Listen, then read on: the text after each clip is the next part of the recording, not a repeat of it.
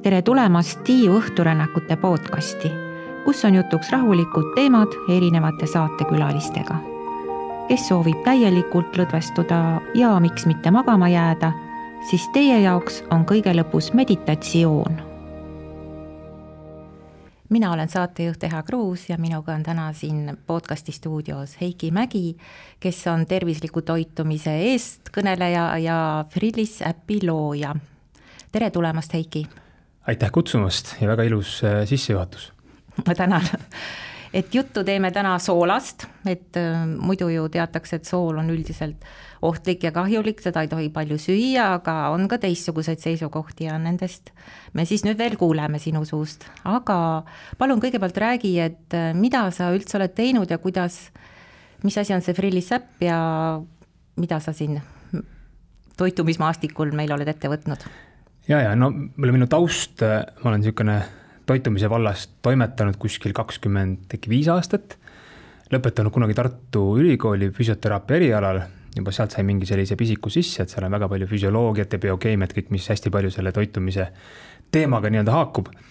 Aga sellise pärast ülikooli ma hakkasingi tegema käsitsi toitumiskavasid inimestele, olin personaaltreener ja mingil hetkel tegin siis ühe praegu Eestis kõige tuntuma toitumise äpi ka. Ma hakkasin kõva häälega nime ütlema, aga olin seal kuskil selline 11-12 aastat, tulin sealt ära ja nüüd siis äkki 4 aastat tagasi ja nüüd toimetan siis täiesti omal käel, teen siis sellist äppi nagu Frillis, mis siis aitab inimestel annab sellist natuke tervislikumat suunist, ma loodan, toitumisele juurde, et mitte ainult kalorid ja grammi pealt kaalumine, vaid ka kõik need muud asjad, mis on ka hästi olulised. Ja lisaks siis vean mõnda väljakutset ka, et ühe nimi on näiteks saada kalorite lugemine, toidu kaalumine kukele, nii et selline tervise, heaolu, inglise sõna longevity teemaline selline asi on mul kogu see elu täna on. Väga tore, ma loodan, et inimesed leiavad su veebist üles. Jah, ma usun ka. Aga tänane teema on sool ja mis selle soolaga siis on? Kas ma tohin siis süüa või ei tohi, et siiamaani ma olen kuulnud, et ei tohi eriti palju süüa, mida vähem, seda parem. No võib-olla huvitav sissejuhatus teemal on see, et mul on äi, kes on hästi tark mees ja iga kord, kui ma temaga soolast räägin, siis tema ütleb, et sool on kahjulik, ei tohi mitte grammigi võtta, et kõik toidud peavad olema magedad. Nii. Ja siis ma alati suhteliselt kummastunud olen seda sellest. Seda meile ju tükk aega räägitud ka. Ma pigem ütlen täna, et sool on meile hädavajalik. Meil on nii palju asju, milleks meil soola on vaja ja miks on soola mittesöömine isegi pigem sulle kahjulikum kui selle söömine. Loomulikult on äärmused ka, et ma ei räägi mingitest totaalsetest äärmustest, aga mina söön soola täiesti normaalselt, ma ei söö ühtegi toitu magedalt, ma panen soola vee sisse, joon hommikul, ärkan üles, minu hommikurutiin, mis on suhteliselt pikk, aga üks sellest rutiinist on see, et ma võtan klaasitäie vett, panen sinna 1/3 teelusikatäit keldisoola ja joon hommikul selle esimese asjana ära. Mis on keldisool ja kust seda saab? Keldisool on, neid soolatüüpe on erinevaid, et meil on olemas, on ju see tavaline valge lauasool, mis on siis naatriumkloriid, siis on meil, mis on üldiselt hästi levinud, mina seda näiteks üldse ei söö. Meil on Himaalaja roosasool, mis on hästi levinud, keldisool. Keldisool on küll vähem levinud, seda vaikselt on hakanud siin. Kas ta on toidupoes või on ta kuskil tervisepoodides? Ökopoodides, jah, aga miks mulle keldisool nagu meeldib, et ta on hästi mineraalirikas ja eelkõige kõige magneesiumirikkam sool. Ja hommikul täpselt, et kui ma olen öö otsa olnud vedeliku puuduses, siis mis soola üks hea mõju ongi see, et ta aitab sul tegelikult veel jõuda õigesse kohta, et piltlikult öeldes, kui sa oled öö otsa joomata, hommik ärkad üles, jood tavalist vett, kindlasti võib-olla ka täielikult filtreeritud mõni joob, siis ega sa sealt soolasid väga ei ole, mis tähendab seda, et see vesi käib sinust lihtsalt läbi. Eks me vajame soola selleks, et see vesi jõuaks jääks ju kehasse number 1 kinni. See ei ole kahjulik, et see vesi minust läbi käib, see on igati hea. Nojah, aga oluline on ka see, et see vesi teeks oma tööd, et jõuaks õigesse rakkudesse ka, et kui ta põhimõtteliselt sust läbi käib, siis väga tolku uhab lihtsalt sinust, käib sinust läbi, et sul on vaja, et see vesi ikkagi jääks ka sinu kehasse kinni ja saaks ka raku sisse. oota nüüd aga see keldisool, et miks just keldi? Lihtsalt kiiresti miks ta mulle meeldib, ongi see, et ta on kõige magneesiumrikkam sool. Okay. Ehk siis meil on, et sool hästi, soolas on põhimõtteliselt, mis siis soolas on? Põhiline toimeaine on naatrium, on ju, mida on siis kõikides soolades peamise koostisosana, on ju. Aga on ka vaja, soola toimimiseks on meil vaja siis magneesiumit ja ka kaaliumit, ehk siis ja see magneesium on üks nendest, mis mind väga selle keldisoola juures kõnetab, aga põhimõtteliselt päeva lõpuks sobib ka näiteks Himaalaja sool, meresool. Tavaline selline valge lauas olev mure ongi see, et seal on ainult 2 mineraali, on ju, naatrium ja kloriid. Et kõik muu on sealt nii-öelda välja võetud, et kõik, kes soola tarvitavad, siis number 1 asi, mida ma soovitan teha, on see, et võtta see tavaline valge lauasool asenda kas siis meresoolaga, keldisoolaga või siis näiteks Himaalaja roosa soolaga. Aga keldisoola asi on see, et kuna ta on hästi magneesiumrikas, ta seob vett, siis kui sa ostad selle paki soola endale, siis ta on niiske, märg, et sa ei saa seda kohe panna kuskile soola nii-öelda topsi, või soola sellesse, mis sooladoosi, mis siis seda soola peenestab, et tal läheb umbe. Nii. Aga soola tarbimise koha pealt on siis olemas vana kool ja uus kool, saan ma õigesti aru asjast? Mingis mõttes, jah? Mingis mõttes küll, jah. Vana kool on siis see, on ju, kes ütleb sulle, et ära soola söö, sool tõstab vererõhku. Ja eks meil on ka nagu äärmused, on ju, äärmusel ma peangi silmas seda, et kui sinu harjumus süüa on päevast päeva pool fabrikaate on, mis on kuskil mujal valmis tehtud, siis ilmselt sa saadki võib-olla liiga palju soola, on ju. Et seal on soolased. Kõik... seda sa ei eita, jah? Et või kui ma armastan väga eeringat ja muud saarast. Ma ütlen, iga äärmus on võib-olla läheb väga käest ära, aga pigem ma ütlen, et normaalne soola tarbimine, kus sa sööd normaalselt, paned soola ja paned vahepeal soolaga vee sisse, kui sa higistad palju, me ei higista kunagi ainult puhast vett, on ju, siis ma arvan, et see on väga okei. Aga siis arstid ütlevad põhimõtteliselt, et see tekitab kõrgvererõhku. Mida sina selle koha pealt ütled? Ütleme sul on ju ka, sa ju toetud kellegi andmetele, et sa ei ole seda ise välja mõelnud. Ja. No ütleme nii, et see kõrgvererõhu jutt on käinud väga, väga pikka aega, on ju. Täna pigem need arvamused natukene on hakanud muutuma. Et seda kõrget vererõhku, on tehtud päris palju uuringuid, kus on antud inimestele öeldud juhis, et näed, mingi seltskond, mingi grupp, kellel on kõrge vererõhk, et nüüd ära soola söö. Ja tegelikult see vererõhu langus on olnud 1-2 pügalapunkti, mis on tegelikult suhteliselt pigem on marginaalne. Ja kuhu see täna see teadus või siis see arvamus või see suunis on jõudnud, et me oleme küll soola löönud nii-öelda risti, aga tegelikult võib olla asi hoopis insuliini tundlikkus või ütleme kõrges insuliinis. Ehk siis me jõuame kohe selleni ka, aga võib-olla lihtsalt natuke kommenteerides veel seda vererõhu teemat, on ju, siis kui mis siis juhtub, on, et kui me sööme soola, siis sinu keha tegelikult hoiab seda, ütleme siis me sööme soola, meil tekib janu, me joome vett ja sool hoiab seda vedelikku kehas kinni, on ju. Ja mis omakorda tagab selle, et keha tahab siis seda keha veresoolasust siis vähendada ja selleks ta siis suunab, vedelikku suunab sinu verre, ehk siis seda, et just, et see soolatase alla tuua. Ja tulemuseks on see, et sinu vere nii-öelda siis maht või verevolüüm suureneb, mis omakorda tõstab siis vererõhku. Aga väga paljudel inimestel on see pigem selline ajutine, et see ei ole krooniline mure, et see on pigem ajutine mure, mis on nagu normaalne. See läheb mingi paari tunniga mööda. Ja ütleme, väga paljud inimesed on üldse ka sellele, ei ole väga tundlikudki selle suhtes, et ütleme tavalise normaalse vererõhuga inimeste puhul kuskil 80% ei ole selle suhtes tundlikud. Kui me räägime eelhüpertensioonist või eelvererõhust, siis kuskil 75% ja kui me räägime inimestest, kellel juba on kõrge vererõhk, siis kuskil 55% umbes. Nii, et nemad peaksid ikka ettevaatlikumad. Jah, aga jällegi ma ütlen, et pigem tänases kontekstis me räägime normaalsest mõistlikust soola tarbimisest, siis mulle meeldib alati see analoog tuua, et kui meil on kuskil tulekahju ja tuletõrjujad siis kustutavad tuld, et nad on kuskil sealt kuriteo nagu paigal olemas, aga nemad pole justkui need, kes tulekahju on nagu süüdanud, et me oleme ka täna löönud selle soola nagu täielikult nagu risti, on ju, aga tegelikult peamine põhjus, miks meie kõrge vererõhk on, peituda hoopis mujal ja selleks on tegelikult see, et meie toitumisharjumused tingivad siis selle, et meil on pidevalt kõrge insuliini tase. Ehk me jõuame sinna, et süüdi pole sool, vaid hoopis suhkur või? Väga õigesti öeldud, ma poleks saanud seda paremini öelda.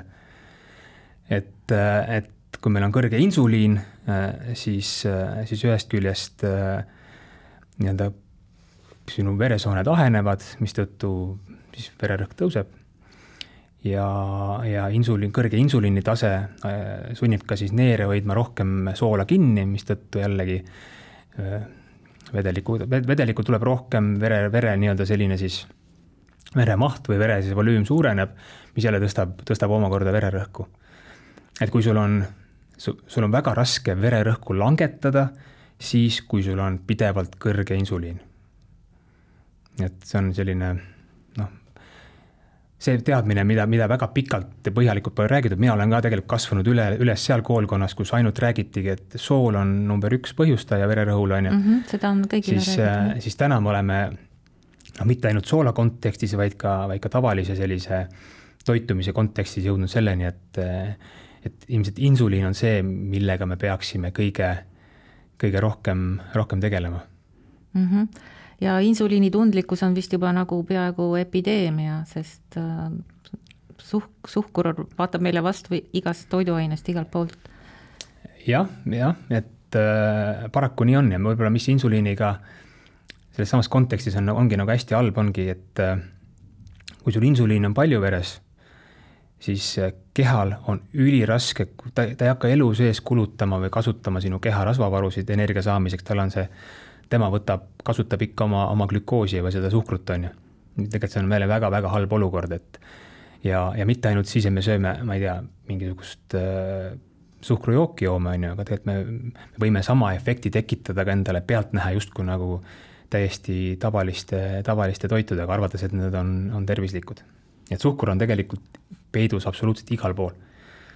Lihtsalt tuleb osata ise seda nagu leida ja märgata ja näha, et kus see on. Ja kuskilt lugesin, et suhkrul on täna välja mõeldud kuskilt 250 nimetust. Ehk siis, kui sa võtad pakki, on ju. Ja sa võib-olla ei adugi, et seal on suhkur, sest see on mingisugune, ma ei tea, sahariin on vist lihtne, aga neid on igasugune. Ütlen üle 200 erineva. 200. Et nii ega tootjad ei ole ka rumalad, et eks nad peidavad seda. Eks nad saavad sellest ka aru, et suhkur on sõltuvust tekitav, mis tähendab seda, et mida rohkem sa suhkrut sööd, seda rohkem seda tahad, erinevat soolast. Sool ei ole sõltuvust tekitav. Aga võib-olla, ütleme, soola puhult soolast veel rääkides, et siis mis on selle puhul hästi oluline ka, et kui sa küsid, kui palju seda süüa on ja meil on riiklik soovitus, on, et kuskil äkki 5-6 grammi, ütleme teelusika täis soola päevas, kus on siis kuskil 2600 milligrammi siis naatriumit, on ju. See on hästi individuaalne, mis tähendab seda, et toon lihtsa näite sulle, kui sa kas sa kohvi jood juhuslikult? Jaa. Kui palju päevas? 1 või 2 tassi. Okei. Kuskil 2 tassi kohvi joomine tekitab sulle juba kuskil 1/3 teelusika täie nii-öelda soola kadumise kehast. Ehk siis väga palju tegevusi, mida sa igapäevaselt teed, nagu näiteks kohvi joomine on üks, on ju, mis viib sinu kehast naatriumi ehk siis soola välja. Samamoodi on trenn. Käid trennis, jällegi jood tavalist mingisugust vett, on ju, kraanivett, on ju, siis fakt on, et see, mida sa selle trenniga välja higistad, sa elu sees ei joo sealt kraanivees seda sama tagasi. See on hästi oluline, kui sa käid saunas, sama asi on, me higistame, on ju, kõik see. Ma tavaliselt alati, kui ma lähen trenni või ma lähen sauna, siis ma tegelikult enne võtangi, ma joon kuskil pool tundi enne, jälle teen oma pisikese soolalahuse. Võtangi kas või näppu otsaga natuke soola, panen vee sisse, joon selle ära. ennetan seda nii-öelda seda mineraali ja soola kadu, mitte ainult naatriumi, vaid ka tegelikult teised mineraalid, mis soolas ju on. Mida veel tihtipeale ei teata, on see, et kui hästi populaarne on ka maailmas on ketodieet, ma ei tea, kas oled kuulnud sellest? Olen kuulnud, jah. Aga... No, põhimõtteliselt on ta selline madala süsivesiku sisaldusega dieet. Põhimõtteliselt söövad rasva. Põhimõtteliselt söövad rasva. Ja leitud, et see sama madala süsivesiku sisaldusega dieet viib ka väga palju soola kehast välja. Eks need inimesed, kes mõtlevad nüüd, et ma hakkan nüüd korralikuks, ma nüüd hakkan, ühesõnaga ketodieet iseenesest ei ole nagu halb, kui seda mõistlikult teha, et täpselt ta suudab seda insuliini taset alla tuua. Süsivesikud on need, mis põhjustavad seda insuliini nii-öelda spike'i või seda piiki, siis rasvad tegelikult seda ei tee ja valgud ka eriti mitte. Aga täpselt, et sa pead seda tegema väga teadlikult, just et sa selle soolaga jälle, mis su kehast välja läheb, et sa sellega nagu puusse ei pane. Et ma ütlen, et siin on nagu väga palju nõkse ja asju, miks seda tasub teha, et soola puudus kehas kui selline toob pigem nagu väga palju halba asju, ka samamoodi insuliini tõus, millest ma rääkisin, on ju, isegi soola puudus kehas sunnib tõstab seda keha insuliinitaset, ja ajab meid suhkrut sööma, just. Ja kui sa soola üldse ei söö, siis lõpuks avastad, et sa sööd hoopis mingid kooke ja komme, mis huvitaval kombel. Üldse süsivesikud on meie siiamaani ei ole väga nagu, ma tihtipeale ma saan nagu arvamust, et oi, et Heiki, miks sa nii palju valku soovitad süüa, et see on ju nii kahjulik.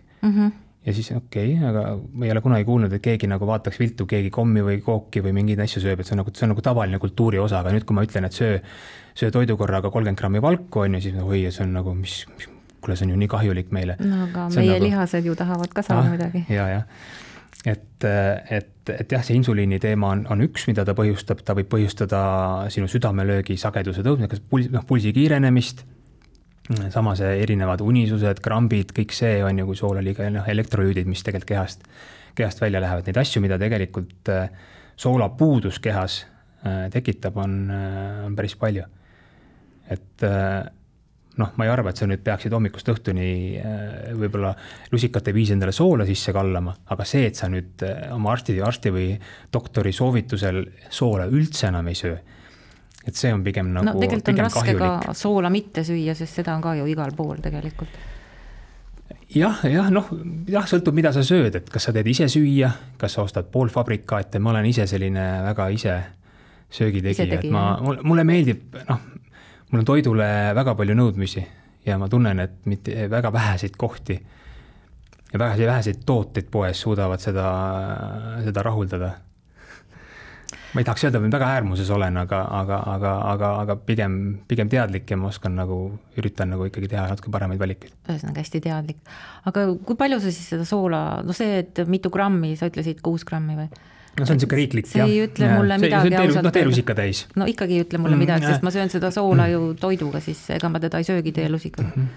Jah, ega seda nii ongi väga raske sul kokku panna, aga kui sa küsid, palju mina soola päevas söön, ma teen, kui ma võtan oma...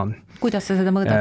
Jah, et ma arvan kokku ma päeva jooksul söön kuskil vähemalt 2 teelusikatäit soola, mis on siis 2 korda rohkem, kui riiklik soovitus ütleb. Aga see nüüd sõltub ka inimese kehakaalust? Sõltub kehakaalust, sõltub sellest, kui palju, kui palju sa higistad on ja mis sa teed, et minul on, täpselt ma tean, et mul on trenn on ju hommikul või üks trenn päevas, ma pean selle ära nii-öelda, siis ma joon päevas umbes 3-4 tassi kohvi, ma pean selle nagu taastama on ju ja mu toit, ma ei ole küll toidu harrastaja, aga mu toit on pigem, ütleme nii, et seal ei ole nüüd meeletult üleliia palju süsivesikuid, et niisugune 35%, jälle see midagi sulle, see number ilmselt midagi ei ütle, aga see on pigem, toon sulle lihtsa näite, et riiklik soovitus on süsivesikute puhul kuskil kas oli 40-45 kuni 60% toiduenergiast võiks tulla süsivesikutest, on ju, siis minul on ta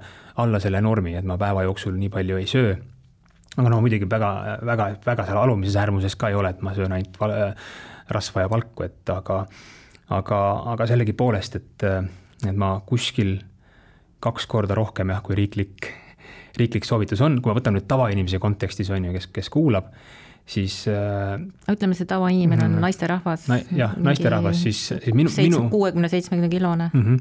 Noh, minu soovitus on, kui sa ise teed süüa, on ju, normaalset toitu soolata, ei pea olema nüüd kibe soolane, aga pigem normaalne. Kas maitse järgi soolane siis või? Maitse normaalse soolasusega, noh, ma ei tea, kus... Tegelikult see maitse areneb või kui sa vähe soola paned, siis maitse lähebki sinna, et sa ei tahagi nii palju seda. Ja, aga normaalse soolasusega ja noh, mis mulle alati meeldib soovitada seda sammust hommikust soolajoogi häkki. Ehk siis hommikul ärkad üles ja siis nagu ma ütlesin, et klaasis vees 1/3 teelusikatäit keldi soola. Noh, ta annab sulle siis nii naatriumit, kui ka annab muid mineraale, muidugi mikrokogustus on ju, kuna see kogu, noh, seal ei ole seda nii palju.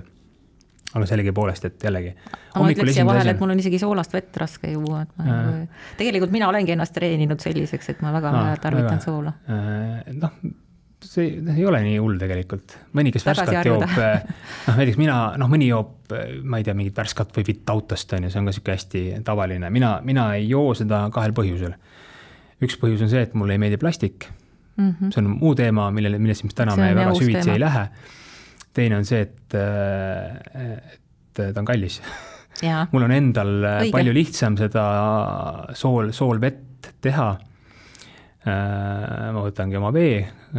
Mul on küll omal veefilter paigaldatud, on ju, sõltub ka võib-olla rahakoti paksusest, kas sa tahad seda, filtrid on ka erinevaid, on isegi Brita veekann näiteks teeb asja ära, on ju, võtab need mingi osa nendest halbadest asjadest kinni ja panedki selle soola sinna sisse ja muul ajal, täpselt mul ongi, et ma joon tavalist vett, aga kui ma siis lähen trenni, kuskil 30 minutit enne, siis teen sellise hüdreerimise, siis annan kehale selle soola, et siis ma lähen trenni ja isegi kui ma võin rääkida sportlaste kontekstis ka, et ma olen päris palju koolitanud ka sportlasi ja näiteks ratturitel on tehtud uuringud, kus on leitud, et selline väga kindel selline soolvee joomine kuskil 60-90 minutit enne seda pingutust pikendab nende pingutust, need jõuavad rohkem, et see on niisugune väga huvitav maailm. Aga hakkame siis nagu vaikselt lõpetama, aga ma küsiks veel seda, et või ütleks, tegelikult mainiks seda kõigepealt, et äkki ikka inimesed, kellel on pistmist kõrge vererõhuga, et võib-olla neil oleks kasulik siiski arstiga nõu pidada, et see oli meil lihtsalt selline praegu mõtteaine siin, millele edasi mõelda. Jah, ma annaks et andsime uue sellise vaatenurga juurde, aga ma panen südamele, et proovi oma seda insuliini taset alla tuua ja vaata, mis su keha teeb, ehk siis me saame järgnevates podcastis sellest ka rääkida, on ju, aga just, et kui sa õpid oma veresuhkru taset stabiliseerima läbi toidu, läbi selle, mida sa sööd, siis ma olen päris kindel, et sinu vererõhk jõuab normaalsele tasemele tagasi. Aga ma küsin lihtsalt sellise küsimuse veel lõppu, et sul on ju palju kliente, et mis on 3 vaenlast, mis nagu ei lase inimestel alla võtta, mis need on? 3 vaenlast, võib-olla üks ongi see sammune insuliini teema. Kas on kohe esimene?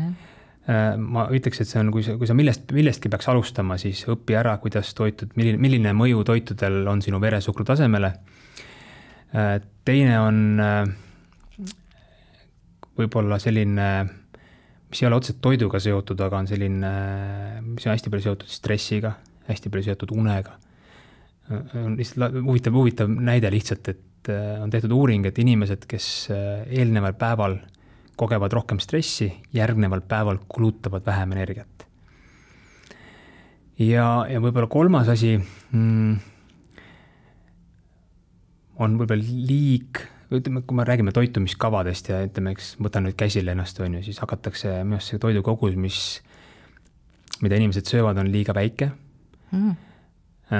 Minnakse kohe väga suurtesse ekstreemsustesse.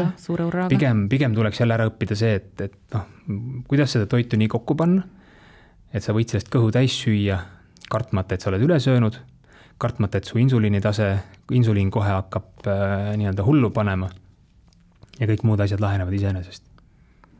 See huvitaks mind ka väga. Aitäh väga hea jutuajamise, siin on mõtteainet nüüd kõvasti, suur tänu tulemast. ja teie ärge veel ära minge, sest järgneb ka meditatsioon, kus me siirdume kujuteldavale paadirännakule. Aga meeldetuletuseks veel seda, et podcasti varasemaid osi näete te Õhtulehe veebist. Ajakiri Tiiu on paberväljaanne, mis ilmub igakuiselt ja seal ilmunud lugusid näete samuti Õhtulehe veebis või otsige Ajakiri Tiiu üles Facebookist.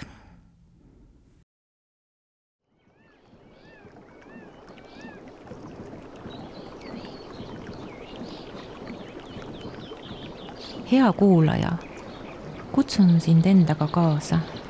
Sea end oma kujutluses valmis õhtuseks paadisõiduks. Sule silmad.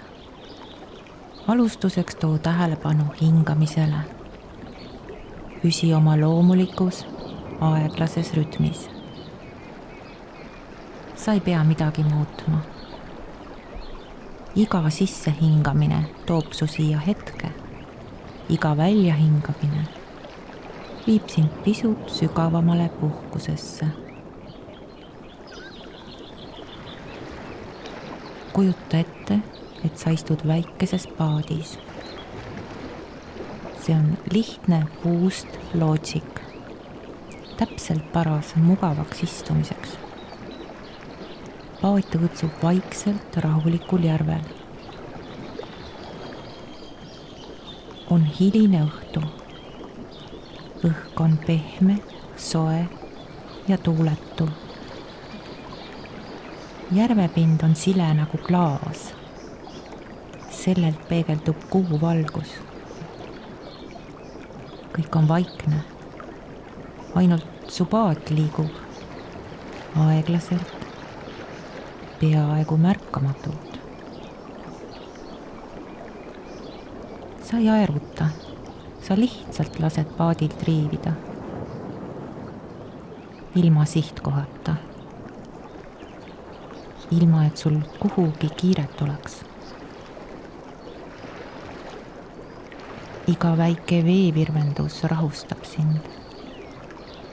Õõtsumine kiigutab sind just kui lapsepõlves, kui keegi sind sülle võttis ja hoidis. Vesi loksub tasakesi vastu paadi külge. See heli on pehme ja kordub samamoodi nagu hingamine.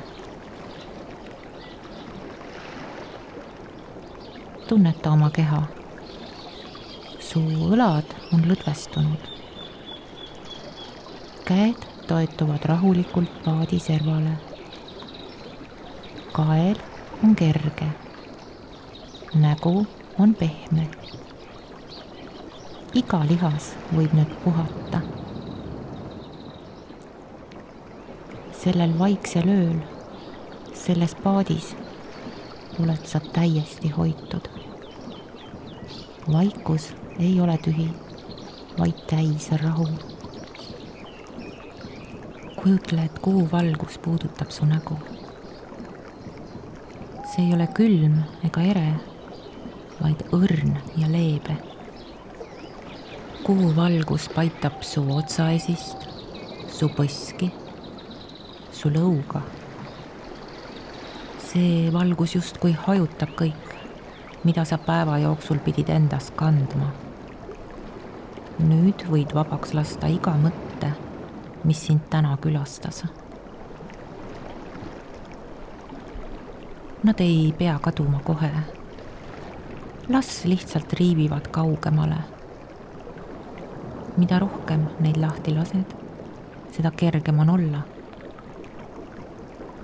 Kui su meel toob esile mõne mälestuse, tunde või küsimuse, tervita seda. Ja siis luba tal lahkuda. Sa ei pea millegi üle otsustama. Kõik võib jääda nii, nagu on. Nagu järv, mis on sügav ja vaikne. Nagu kuu, mis on alati kohal.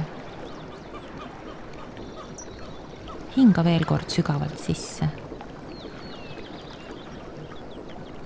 Hinga veel kord pikalt välja.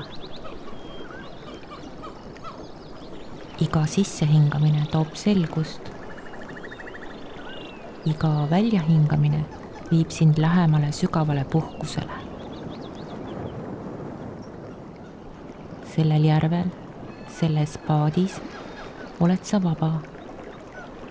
Sa ei pea kuhugi minema.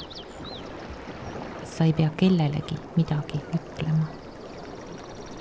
Sa ei pea midagi parandama. Sa oled lihtsalt siin, sellel järvel, kuu valguses, iseendaga. Jää siia nii kauaks, kui soovid. Kui sa jääd magama, siis on kõik hästi. Kui sa naased ruumi, siis tee seda õrnalt.